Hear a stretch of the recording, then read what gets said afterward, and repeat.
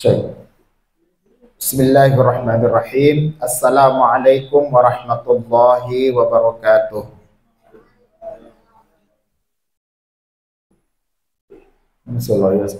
Assalamualaikum warahmatullahi wabarakatuh.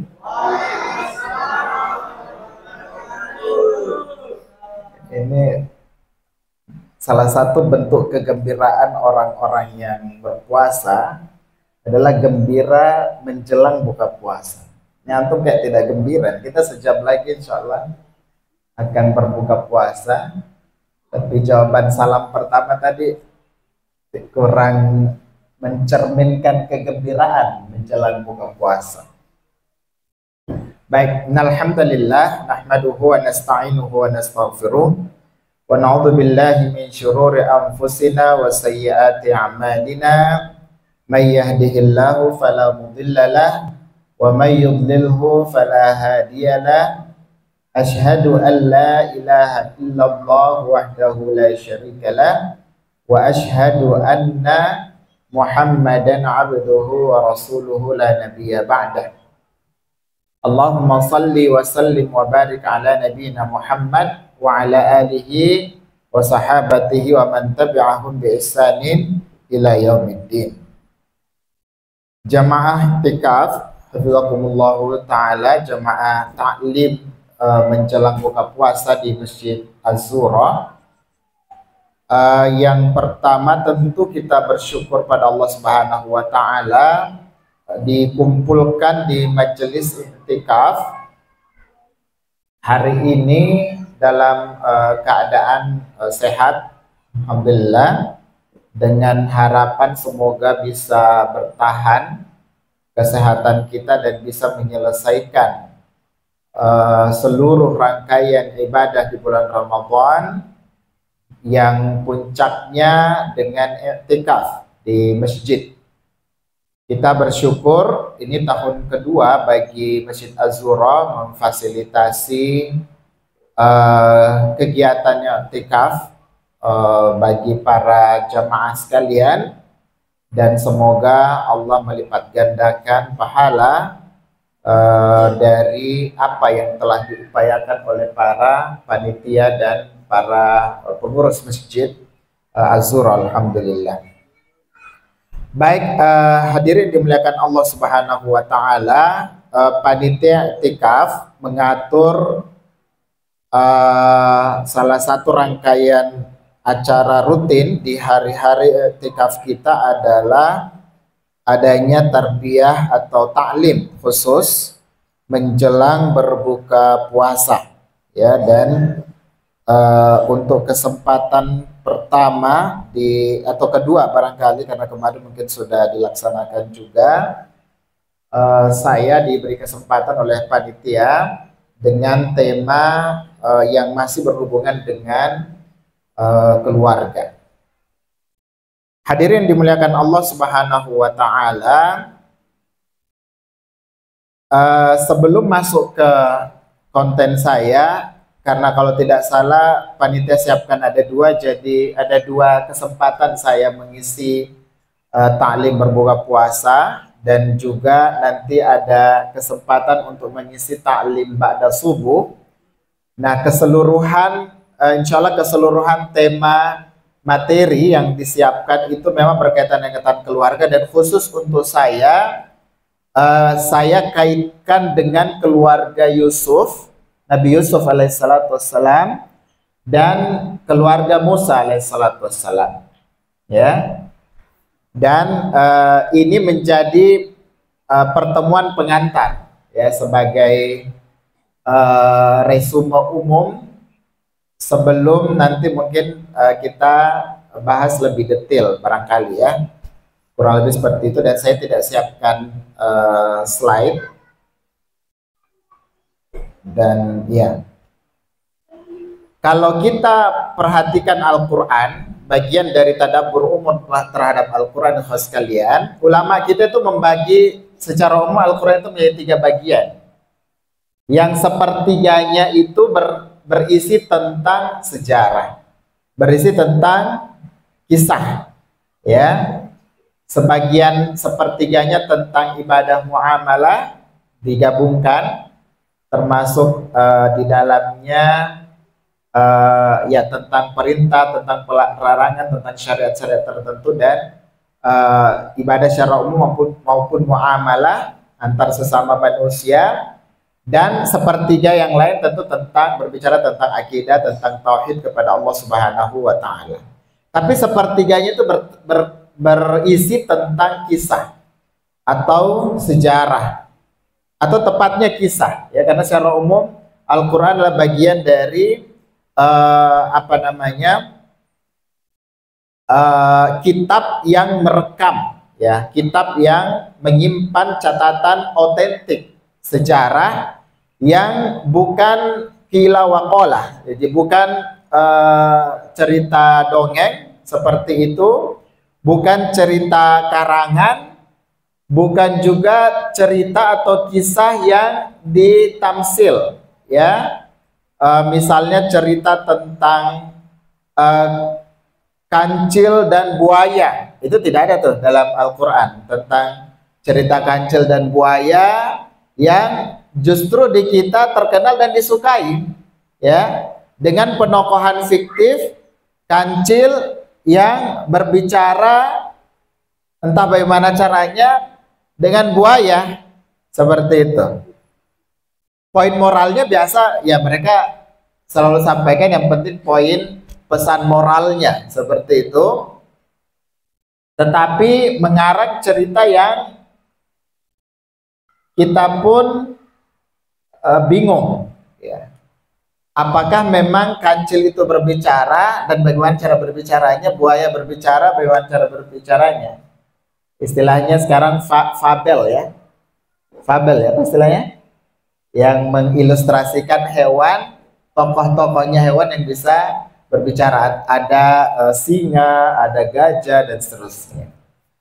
Al-Quran tidak membawa cerita itu. Ada Al-Quran sebutkan cerita yang tokohnya adalah hewan, dan bahkan banyak di dalam Al-Quran. Tapi itu konteksnya benar, dan memang disebutkan dia berbicara, tapi yang mengutip itu Allah yang memang memahami pembicaraan mereka. Contoh misalnya ketika Allah mengutip perkataan semut ya, ketika lewat lewat pasukan Sulaiman. Jadi bukan cerita karangan antara semut dengan apa, tetapi memang kejadian itu ada, dan pada waktu itu ada semut yang kemudian mengumumkan kepada kelompok semutnya untuk berhati-hati dan segera menghindar, karena pasukan Sulaiman akan lewat dan khawatir mereka akan terinjak-injak. Kurang lebih seperti itu. Itu dikutip dalam Al-Quran tentang perkataan semut. Atau yang lain, burung hudhud. Ya, kita sebutnya burung hudhud ya. Ketika Nabi Sulaiman mengadakan pertemuan. Jadi kalau kita membayangkan ada orang bicara dan hewan bicara, manusia berbicara dengan hewan, itu tidak mustahil. Hari ini kita agak mustahil membayangkan itu, tetapi itu tidak mustahil di zaman Nabi Sulaiman. Ya, ini sekedar flashback ke zaman Nabi Sulaiman. Di zaman Nabi Sulaiman lah terjadi ada monster. Ya, kalau antum membayangkan hari ini kita biasa disuguhkan ilustrasi tentang monster dan seterusnya, itu cuman bayangan hayalan, imajinasi. Tapi di zaman Nabi Sulaiman itu ada, ya, karena di zaman Nabi Sulaiman lah sihir itu eksis, ya, eksis, dan ada monster, ada hewan-hewan yang tidak biasa dilihat dalam wujud raksasa dan seterusnya, itu ada di zaman itu. Dan Allah, kenapa kita yakin tentang kabar itu? Karena Al-Quran mengabarkan itu pada kita. Bukan karena kita mendengar dari siapa, tetapi memang kita membaca Al-Quran, dan Al-Quran menjelaskan ada kejadian itu, di mana ketika Nabi Sulaiman mengadakan rapat dalam Quran surat Saba kalau tidak salah, ya, Nabi Sulaiman mengumpulkan, karena Nabi Sulaiman adalah salah satu Nabi Allah yang salah satu mukjizat beliau bisa berkomunikasi dengan hewan, bisa merintah hewan juga selain manusia. Beliau adalah raja keturunan Nabi Daud. Beliau juga bisa merintah jin, ya, berkomunikasi dengan jin, dan bahkan bisa merintah angin. Ya, jadi silahkan antum membayangkan bagaimana dahsyatnya kehidupan pada waktu itu. Bahkan di dalam sebuah kisah, meskipun disebut sebagai kisah Israiliyat, bahwa Nabi Sulaiman itu matahari pernah ditahan untuk terbenam demi Nabi Sulaiman. Yang kalau kisahnya disebutkan itu karena pernah suatu waktu Nabi Sulaiman mendapatkan karunia kuda-kuda yang punya sayap. Jadi kalau kita tahu sekarang ini Pegasus, kuda bersayap, itu khayalan saja hari ini. Tapi Nabi Sulaiman itu memang punya kuda bersayap, dan disebutkan waktu itu beliau karena senangnya dapat karunia kuda dengan sayap itu, dia kemudian disibukkan dengan itu sampai kemudian terlewat. Ya namanya kisah Israiliyat, spesifiknya itu susah diverifikasi secara langsung. Jadi kita dalam agama kita, kisah Israiliyat dalam Islam itu sifatnya itu didiamkan, ya. Dia tidak dicari dan dijadikan rujukan, dan kalaupun ada tidak dibenarkan, tidak disalahkan, semacam itulah kurang lebih. Jadi mengambil hikmah dari itu, dan Nabi Sulaiman akhirnya intinya lalai dengan hewan-hewan itu, hewan-hewan yang unik itu, kuda punya sayap, dan terlewat untuk sholat asar katanya dalam kisah itu, dan akhirnya matahari ditunda terbenam. Jadi saya bisa bayangkan dahsyatnya keadaan di zaman Nabi Sulaiman, ya. Jadi kalau kita selama ini berpikir hari itu sehari hanya ada 24 jam, ternyata pernah lebih dari itu. Setidaknya kalau benar kisah ini, di zaman Nabi Sulaiman itu, ketika matahari ditunda terbenam, mungkin ada penambahan durasi waktu, Allahu a'lam. Ya, intinya kita mau sebut bahwa Al-Quran mengutip dan menyimpan, mengabadikan kisah-kisah orang terdahulu. Dan itu ada maksudnya. Jadi bukan tentang orang terdahulunya itu, tapi adalah karena Allah menginginkan kita yang hidup hari ini mengambil pelajaran itu. Dan karena Al-Quran punya kedudukan istimewa, maka dengan tingkat keautentikan paling tinggi seperti itu, tidak ada keraguan di dalamnya, la raiba fi hudal lil muttaqin, petunjuk bagi orang-orang yang beriman, bertakwa. Maka ketika dia disimpan, kisah itu ada dalam Al-Quran, maka otomatis langsung diterima oleh orang-orang beriman, ya. Jadi kisah itu diterima oleh orang-orang yang beriman. Dan sepertiga Al-Quran berisi tentang itu, berisi tentang, atau sepertiga bagiannya, mungkin tidak persis porsinya 33% sekian, tetapi sepertiga bagian besar dari Al-Quran berisi tentang kisah ataupun sejarah. Dan yang paling banyak diceritakan di dalam Al-Quran, baik disebutkan secara langsung namanya, atau dirujuk atau di-refer dengan kata ganti, tapi kembali pada dia, itu adalah Nabi Musa alaihissalatu wassalam. Kalau secara kasar kita coba searching di aplikasi Al-Quran, itu Nabi Musa disebutkan secara langsung atau di-refer maksudnya itu dirujuk kembali ke beliau, baik dalam kata dia atau kejadian itu berkisah tentang dia secara langsung sebagai orang kedua, aktornya, itu ada sebanyak 221 kali, ya, di dalam Al-Quran. Itu beliau secara pribadi itu, Nabi Musa, ya. Dan Allah Subhanahu wa ta'ala menurunkan satu surah khusus yang disebut surah Al-Qasas.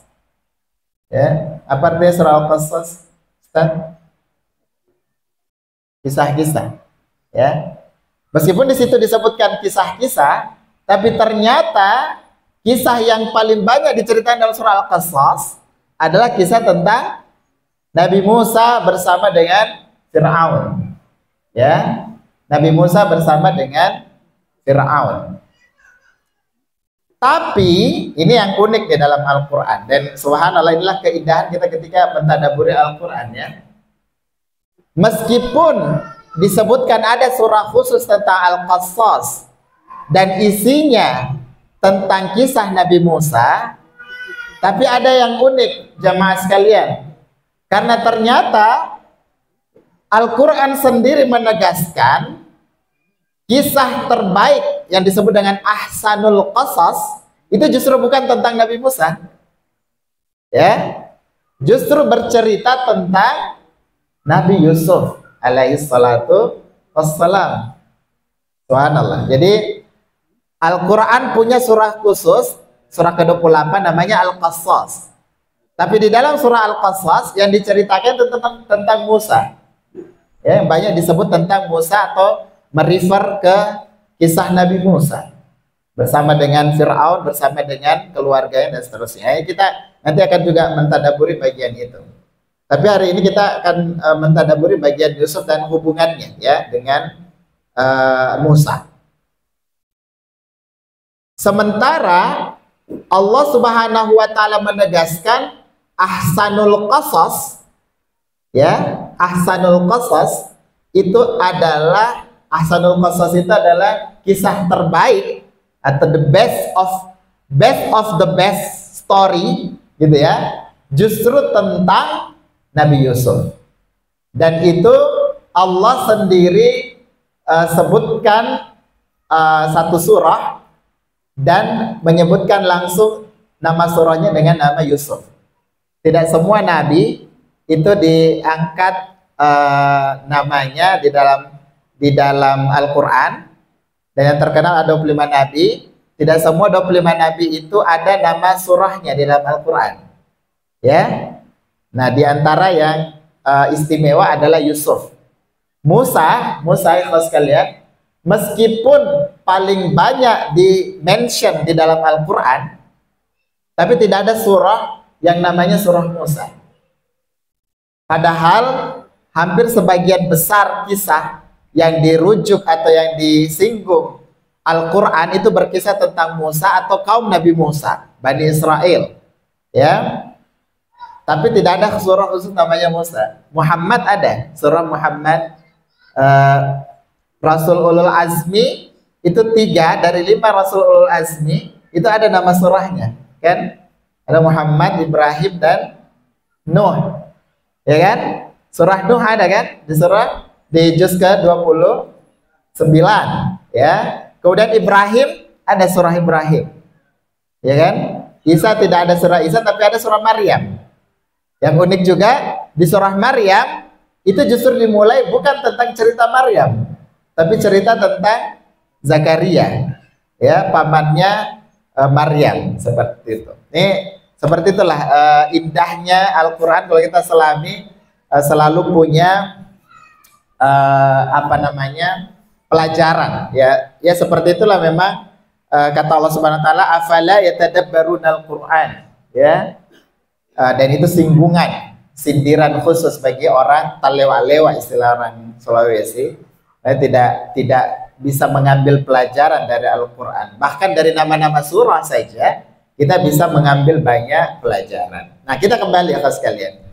Allah tadi menyebutkan ada surah khusus namanya surah Yusuf, dan Allah menegaskan nahnu naqussu alaika ahsanal qasas, ya, bima auhayna ilaika hadal Quran, ya, kami akan menceritakan kepadamu, dan dimaksud di situ adalah Muhammad, ya, ahsanal qasas, kisah terbaik, ya, dari apa yang telah diwahyukan kepadamu Muhammad di Al-Quran itu. Dan ternyata kisah yang dimaksud di situ adalah kisah Nabi Yusuf. Nah, saya mau mengantar ini karena saya bilang tadi pengantar untuk dua materi saya, keluarga Yusuf dan keluarga Musa. Saya mau mengajak kita mentadaburi menjelang buka puasa hari ke-21 ini tentang surah Yusuf dan surah Al-Qasas secara umum, atau tentang kisah Musa, Yusuf dan kisah Musa. Allah menurunkan surah Yusuf, surah ke-12 dalam Al-Quran, terdiri dari 112 ayat kalau tidak salah ya, 112 ayat. Kemudian Allah menurunkan juga surah ke-28, surah Al-Qasas. Ya, surah Al-Qasas ini terdiri dari 88 ayat. Jadi surah Yusuf, surah ke-12, 112 ayat. Dan surah Al-Qasas, surah ke-28 dengan 88 ayat. 111 ayat ya. Oh ya, Afwan, saya salah lihat. Oh ya, 111 ayat. Ya, ya, Afwan. 111 ayat. Surah Yusuf 111 ayat dan surah Al-Qasas 88 ayat. Kedua surah ini dimulai dengan ayat al-muqatta'ah istilahnya ya. Yang sebagian orang yang mempelajari, para misionaris yang mempelajari Al-Quran bingung kenapa ada alif lam ra, bahkan ada jadi satu ayat, ada bahkan dua ayat ya. Apa yang surah Al-Muqatta'ahnya sampai dua ayat? Ada nggak? Ada lah, tidak mungkin saya tanya. Tidak ada. Saya pertanyaannya surah apa? Ya. Jadi dia dua ayat, tapi dua ayat itu al-muqatta' dua-duanya. Ya, jadi dua ayat pertama diisi dengan susunan huruf-huruf yang tidak punya makna kata. Itu disebut istilahnya ayat al-muqatta'ah, ya. Nah, dimulai dengan dua al-muqatta'ah ini, tetapi dia dimulai dengan, ya biasa al-muqatta'ah itu selalu diikuti dengan kalimat penjelasan tentang eksistensi Al-Quran, penegasan tentang eksistensi Al-Quran. Nah, dia setelah Al-Muqatta'ah dimulai dengan ayat yang sama atau kalimat yang sama. Tilka ayatul kitabil mubin. Ya, itu sama tuh. Baik di surah Yusuf maupun di surah Al-Qasas. Tilka ayatul kitabil mubin. Ini antum bisa koreksi langsung ya kalau saya salah ingat. Bisa dicek di surah ke-12 dan di surah ke-28. Ya. Tilka ayatul kitabil mubin. Betul ya? Sama ya? Ini langsung terkonfirmasi. Terkonfirmasi sama peserta. Ya. Dan Allah Subhanahu wa ta'ala kalau di surah Al-Qasas al-muqatta'ahnya menjadi satu ayat, dan tilka ayatul kitabil mubin itu di ayat kedua. Sementara di surah Yusuf al-muqatta'ahnya itu digabungkan satu ayat dengan tilka ayatul kitabil mubin, tetapi di surah Yusuf ditambah lagi penjelasan inna anzalnahu Qur'anan Arabiyyan yang masih menjelaskan tentang eksistensi Al-Quran sebelum menjelaskan inti dari isi dari surah itu secara khusus seperti itu. Nah, coba perhatikan ikhwas sekalian, dari sini sudah kelihatan keterkaitan antara surah Yusuf yang bercerita tentang Yusuf dan surah Qasas yang bercerita tentang Musa. Ya, tadi saya mau bilang bahwa saya sedang mencoba menggabungkan atau mengaitkan antara kisah Yusuf dan kisah Musa alaihi wassalatu wassalam. Kedua orang ini adalah keturunan Yakub yang nama lainnya disebut dengan Israel. Ya, jadi kalau antum dengar kata Bani Israel, itu yang dimaksud adalah anak keturunan Yakub dengan 12 Bani itu ya, 12 anaknya termasuk Yusuf di dalamnya. Nah, sementara jadi Yusuf itu anak langsung dari Yakub. Meskipun dari dia ada 12 bersaudara, disebutkan dalam kisah ini ada 12 bersaudara, di mana dia punya saudara kandung seibu 12 bersaudara itu, tapi tidak satu ibu, satu bapak ya, tapi tidak satu ibu. Yang dia satu ibu disebutkan oleh ahli sejarah itu hanya berdua, dia dengan Bunyamin, yang juga disebutkan dalam kisah Yusuf yang indah itu. Ya. Ketika Allah Subhanahu wa taala menyebutkan nahnu naqussu 'alaika ahsanal qasas, itu kalau antum biasa membaca Al-Qur'an dan membaca terjemahan surah, yang paling enak dibaca terjemahan itu mencerita di surah Yusuf. Ya. Nah, kita coba renungkan ya sekalian. Kenapa kisah Yusuf disebut sebagai ahsanul qasas, sebagai kisah terbaik? Menurut saya, dari tadabbur saya secara pribadi, salah satu yang membuat cerita Yusuf itu indah karena penjahatnya, ya dalam tanda petik ya, penjahatnya itu sadar dan berubah menjadi baik. Ya, kalau sekarang ini antum nonton sinetron atau nonton film, itu tidak bagus ceritanya tuh kalau tidak ada antagonisnya. Semakin jahat antagonis itu bisa sangat berpengaruh pada kualitas cerita film itu. Ya, semakin jahat, semakin kejam dan seterusnya, biasanya semakin bagus ceritanya. Dan akan semakin bagus lagi ya kalau penjahatnya yang tadinya sangat jahat akhirnya berubah menjadi baik. Dan cerita Yusuf kita disajikan pihak antagonisnya, itu kan ada beberapa pihak antagonis di situ ya. Jadi jangan antum berpikir dalam meskipun kita bukan sebut penjahat, tapi untuk mendekatkan, lebih memudahkan pemahaman, pihak antagonis dalam kisah Yusuf itu kita selalu berpikir antagonisnya itu hanya saudara-saudara Yusuf yang 10 orang itu. Ternyata tidak. Kisah Nabi Yusuf kan tidak hanya berkisah tentang dia dengan saudaranya kan, bahkan dia berkisah tentang dia dengan Zulaikha, tentang dia dengan penghuni penjara, tentang dia dengan Malik atau penguasa Aziz di situ, Al-Aziz. Kan seperti itu ya. Dalam setiap penggalan-penggalan itu pihak sebelah itu bisa menjadi antagonis. Tapi coba perhatikan, semua antagonisnya itu menjadi sadar dan menjadi orang baik. Itulah yang menarik dari kisah Yusuf.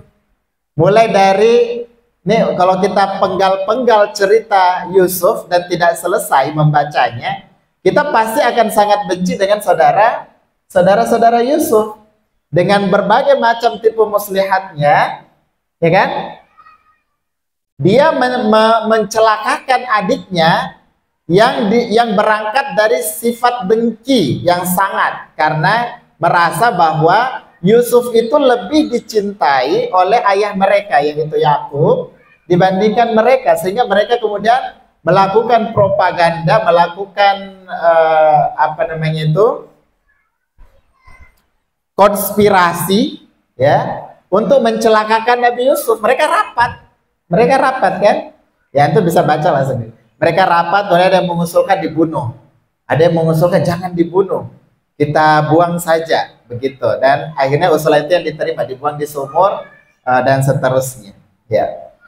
Tapi ujung dari kisah itu keluarga saudara-saudara Yusuf itu hidup lama gitu kan, dan sadar di ujungnya ya, mereka sadar, dan bahkan dari mereka lah muncul keturunan-keturunan Bani Israel, dan dari sulbi mereka lah itu lahir para nabi, para rasul Allah Subhanahu wa taala ya, termasuk di dalamnya adalah Musa. Musa itu disebutkan dia turunan keempat atau kelima dari Nabi Yakub. Jadi dia masih cucu dari Yusuf juga, tapi dari beda saudara. Jadi disebutkan ada namanya Lawi, salah satu anak dari 12 anak Yakub itu ada Lawi. Lawi itu adalah saudara tiri dari Yusuf, dan dari Lawi inilah ada anaknya, kemudian ada Imran. Imran melahirkan apa namanya Musa. Ya. Imran yang dimaksud di sini bukan Imran dalam surah Ali Imran, lain lagi. Tapi disebutkan tuh Musa bin Imran, kemudian naik ke atas 2 tingkat ke Nabi Yakub, ke Lawi dan ke Nabi Yakub.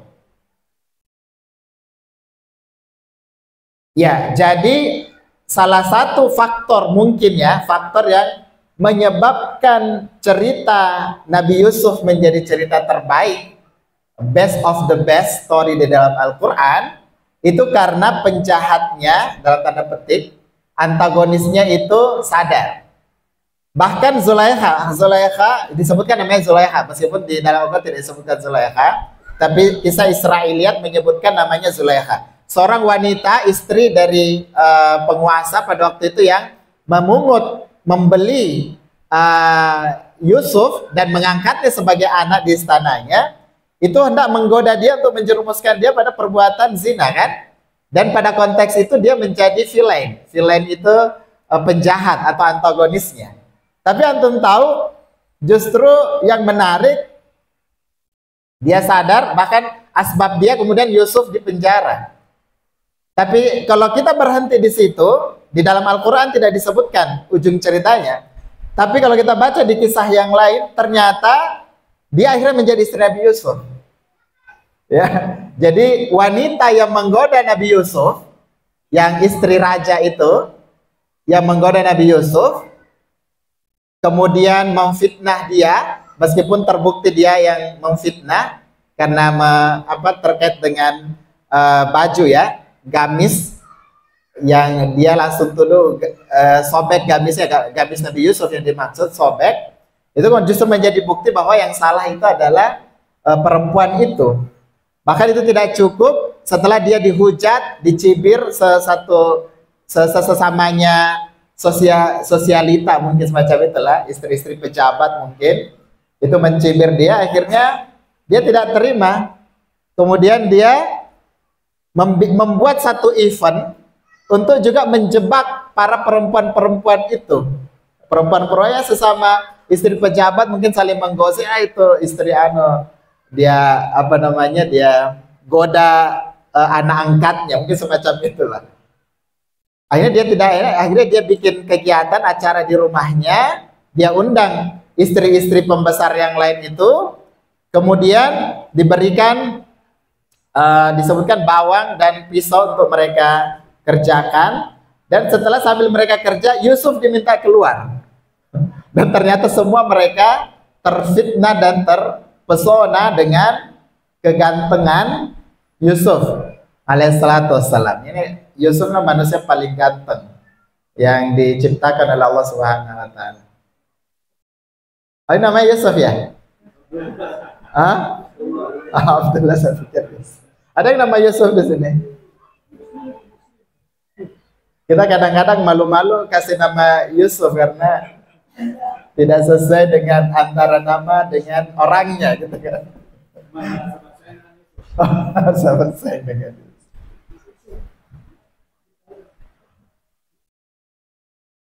Yang antagonis berikutnya adalah sebenarnya tidak persis antagonis, tetapi dia orang yang diharapkan Yusuf membantu dia. Sebenarnya itu ada mantan pelayan yang sama-sama dipenjara karena satu kesalahan waktu dipenjara.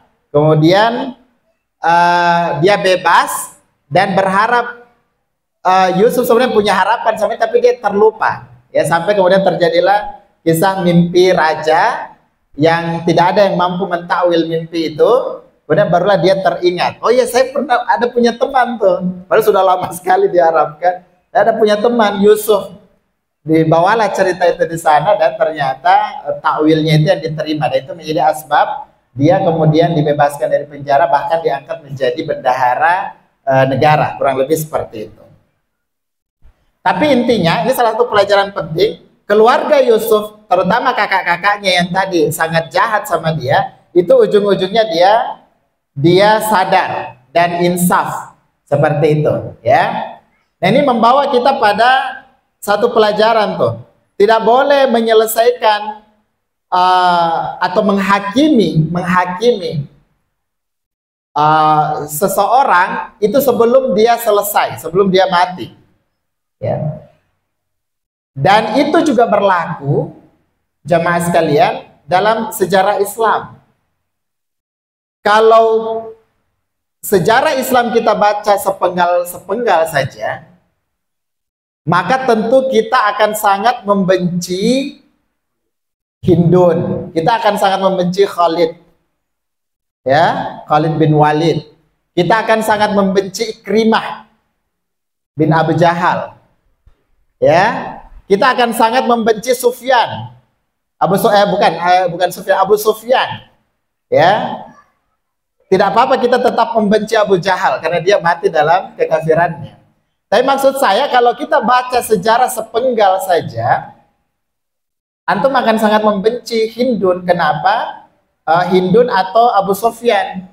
Istri Abu Sufyan, kalau tidak salah apakah Hindun atau istri Abu Sufyan, yang kemudian sengaja menyewa, Hindun kayaknya ya, menyewa tukang tombak untuk ikut perang di perang Badar itu, ya, perang Badar ya, atau di perang Uhud, perang Uhud ya, menyewa, oh ya di perang Uhud, karena pasca Badar dia ayah Hindun menjadi korban dan dia sangat dendam ayahnya dan saudara-saudaranya jadi korban, dia sangat dendam terutama sama paman Nabi Hamzah, ya, bin Abdul Muthalib, paman Nabi Shallallahu Alaihi Wasallam, sehingga dia menyewa khusus tukang tombak yang sangat terkenal dengan presisi dia, kejituan dia dalam melempar tombak, khusus untuk membunuh Hamzah, dan itu berhasil, ya. Jadi orang yang disewa Hindun inilah yang kemudian berhasil membunuh Hamzah, orang yang paling dicintai oleh Nabi Shallallahu Alaihi Wasallam. Ya, kalau saya tanya antum, berapa paman Nabi Shallallahu Alaihi Wasallam? Ada banyak paman Nabi. Ayah Nabi namanya siapa? Abdullah. Ayah Nabi namanya siapa? Ayah Rasulullah Muhammad SAW. Siapa namanya? Abdullah. Ada berapa saudara Abdullah? Ada banyak. Sebutkan yang masuk Islam, saudara Abdullah yang masuk Islam. Hah? Ada berapa saudara paman Nabi yang masuk Islam? Hah? Dua apa satu? Siapa? Satu Hamzah, satunya Abbas, ya. Abbas. Oh, dapat hadiah? Enggak dapat. Jadi di antara paman-paman Nabi itu ada yang paling jahat, ada Abu Lahab. Abu Lahab itu paman Nabi juga. Ya, Abu Lahab itu paman Nabi Shallallahu Alaihi Wasallam, saudara dari Abdullah, ya. Tapi mereka tidak beruntung, bahkan paman yang paling sayang sama Nabi sekalipun itu tidak beruntung, karena dia tidak mendapatkan hidayah Islam, meskipun Nabi SAW sangat sedih dengan kematian Abu Thalib, ya. Abu Thalib ayah dari Ali bin Abi Thalib, Ja'far bin Abi Thalib, ya. Itu beliau sangat sedih karena dialah pamannya yang paling sayang sama dia, yang memang merawat beliau sejak kecil, melindungi beliau sampai dewasa seperti itu, tapi tidak mendapatkan hidayah Islam. Dia tidak bersyahadat sebelum meninggal, ya. Dan salah satu yang mempengaruhi supaya Abu Thalib tidak bersyahadat adalah Abu Lahab. Ketika mereka pada berkumpul, Abu Thalib sedang sakit keras, berkumpul para pembesar-pembesar Quraisy termasuk adik-adiknya, termasuk Abu Lahab di dalamnya. Dan ketika Nabi mendakwahi paman beliau itu tidak berhasil karena beliau memilih mati dengan agama nenek moyang mereka. Waliyadzubillah.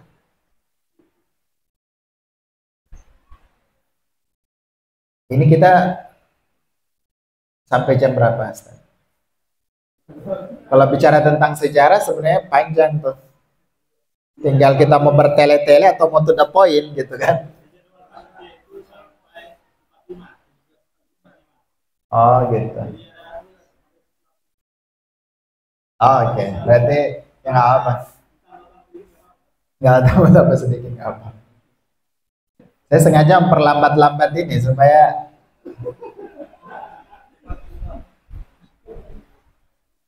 jadi kembali pada Ahsanul Qasas tadi, Ahsanul Qasas yang kita ambil poinnya tentang Nabi Yusuf, keluarga Yusuf dan orang-orang yang terlibat dalam cerita Yusuf itu berubah menjadi orang baik, ya. Nah, tadi saya bilang kalau kita penggal cerita itu maka mungkin kita akan membenci sebagian orang, tetapi kita tidak tahu ternyata di ujung kehidupannya dia dapat hidayah sebagaimana saudara-saudara Nabi Yusuf alaihissalatu wassalam yang 10 orang itu, karena yang satunya Bunyamin itu sudah terselamatkan, kan dia masih kecil. Di beberapa referensi menyebutkan Nabi Yusuf terpisah dari bapaknya itu selama kurang lebih 80 tahun sampai dia ketemu kembali. Orang-orang di zaman dahulu usianya panjang-panjang, jadi tidak perlu heran kalau antum dengar 80 tahun, 100 tahun dan seterusnya, itu biasa buat mereka, yang tidak biasa buat kita hari ini, ya. Yang mereka usianya panjang-panjang di masa itu. Jadi, itu mungkin salah satu sebab yang menjadi sebab Ahsanul Qasas. Kalau kita bandingkan dengan kisah Musa, nah ini justru lain cerita nih. Kalau kisah Musa, sejak awal jadi penjahat sampai mati jadi penjahat. Jadi ada beberapa tokoh antagonis yang disebutkan dalam kisah Musa. Bahkan tokoh yang paling panjang ceritanya adalah Bani Israel sendiri. Dan Bani Israel itu disebutkan sampai akhir dia terkutuk, ya kan? Meskipun tidak semua, tapi secara secara umum mereka itu adalah orang yang dikutuk oleh Allah Subhanahu wa taala atas perbuatan mereka sendiri. Ya, yang kebanyakan mereka adalah orang-orang Yahudi dan Nasrani. Jadi bahkan sampai orang-orang itu pun itu menjadi orang menjadi antagonis sampai akhir hayat. Fir'aun, disinggung juga Haman, ada juga Qarun, itu sampai mati semua tuh mereka. Tidak ada yang sadar di tengah jalan, gitu ya. Kemudian ada yang sadar. Siapa itu? Para penyihir. Justru yang para penyihir nih.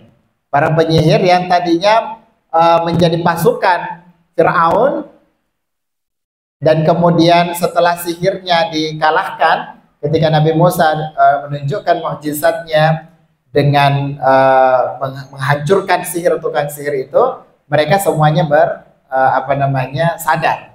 Ya, dan kesadaran mereka itu juga diabadikan dalam Al-Quran dan dijadikan sebagai contoh, ya, dan banyak juga faedah yang kita bisa tadabburi dari sadarnya para tukang sihir Fir'aun, ya. Yang lain, ya meskipun mungkin tidak tepat ini, tetapi istri Fir'aun memang sejak awal asbab dialah yang kemudian Musa dipungut, diangkat menjadi anak yang kemudian dirawat di di istana Fir'aun. Kisah tentang Yusuf dan keluarganya, ikhwas sekalian dimuliakan oleh Allah Subhanahu wa taala. Kalau kita searching Yusuf atau kisah yang kembali pada Yusuf, itu disebutkan kurang lebih sebanyak 59 kali di dalam Al-Quran, dan hanya setidaknya disebutkan pada 3 surah saja. Ya, beda dengan Musa yang tersebar di banyak sekali surat, disebutkan kurang lebih 221 kali dimention atau di refer di dalam Al-Quran dan di banyak surah. Sementara Yusuf itu hanya disebutkan di 3 surah, tentu yang paling banyak di surah Yusuf itu sendiri, ya. Yang lain disebutkan di dalam surah Al-A'raf, ya.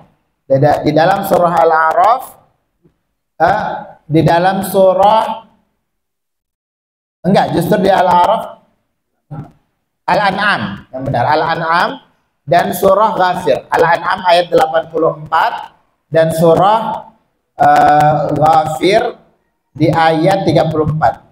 Dia disebutkan 56 kali, ya. 54 kali disebutkan dalam surah Yusuf dan atau 54 ayat sebutkan di dalam surah Yusuf, dan 2 ayatnya tadi, satu di surah Al-An'am 84 dan surah Ghafir ayat 34. Sementara Musa itu disebutkan sampai 221 kali.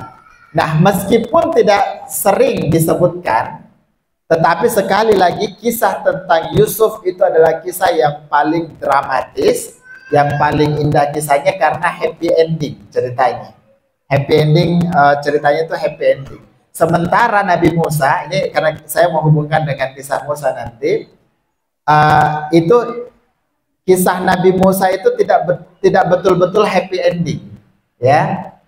Tentu versi kita, tentu bagi kalau Nabi Musa semua nabi itu husnul khotimah, penutupnya itu pasti baik, semua mutlak gitu. Tapi maksud saya kisah yang berkaitan dengan dia, karena ujung dari kisah Nabi Musa itu kan justru ditolak oleh kaumnya ketika diajak masuk ke negeri Palestina.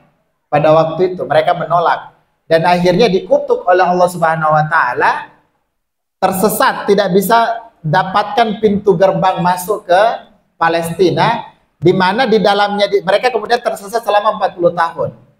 Dan di situ ada Nabi Musa dan Harun. Di situ Musa dan Harun membersih mereka dalam ketersesatan sampai Nabi Musa alaihissalam itu wafat di masa ketersesatan, mereka tidak bisa masuk ke negeri Palestina. Dan pada masa itulah Allah mempertemukan Nabi Musa dengan salah satu muridnya disebut dengan Yusha bin Nun. Ya, Yusha bin Nun, yang kalau antum tahu ternyata Yusha bin Nun inilah adalah cucu dari Nabi Yusuf. Cucu punya garis nasab ke Nabi Yusuf. Jadi Yusha disebutkan salah satu nabi sebenarnya. Yusha bin Nun itu adalah anak keturunan dari Yusuf. Musa itu bukan keturunan dari Nabi Yusuf, dari saudara Nabi Yusuf. Mereka semua Bani Israel, ya, mereka semua adalah anak keturunan Bani Israel. Tapi kepada Musa lah Yusha nanti berguru atau menjadi murid dari Nabi Musa, dan nanti akan melanjutkan risalah Nabi Musa alaihissalatu wassalam.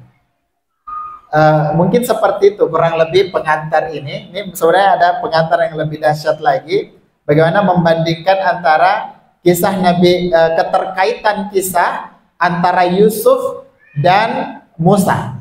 Ya, saya kasih trailer saya karena ini materi saya berikutnya nanti. Saya kapan lagi ada materi? 2 hari lagi ya. Insya Allah nanti kita akan jelas keterkaitan kisah antara Yusuf dan Musa. Salah satu trailernya kita sampaikan bahwa kisah Yusuf dan Nabi Musa itu dimulai dengan mimpi. Bercerita tentang mimpi atau berkutat terkait dengan mimpi. Kalau Yusuf itu perjalanan kisah beliau yang dramatis itu dimulai dari mimpi dia sendiri. Ya, yang memang dia bisa dia bermimpi, dan ayahnya karena nabi waktu itu, ayahnya nabi yaitu Yakub bisa mentakwil mimpi itu. Dan pada gilirannya nanti ketika dewasa, ketika diangkat menjadi nabi pun, Nabi Yusuf juga bisa mentakwil mimpi seperti itu. Sementara Musa juga berkaitan dengan mimpi, tapi mimpi dari Firaun, ya, mimpi raja pada waktu itu, yang mimpi itu mengeluarkan dekrit, ya, instruksi langsung pamungkas dari seorang raja untuk membunuh semua anak laki-laki dari Bani Israel, termasuk sebenarnya Musa. Yang kemudian disitulah bermula kisah Musa kemudian berpisah dari keluarganya, dari orang tuanya. Nah, ini berpisah dari orang tua, Musa berpisah dari orang tuanya, masuk ke dalam istana. Yusuf juga berpisah dari orang tuanya. Bedanya, Musa itu berpisah dari orang tuanya disebutkan hanya sehari atau beberapa hari saja.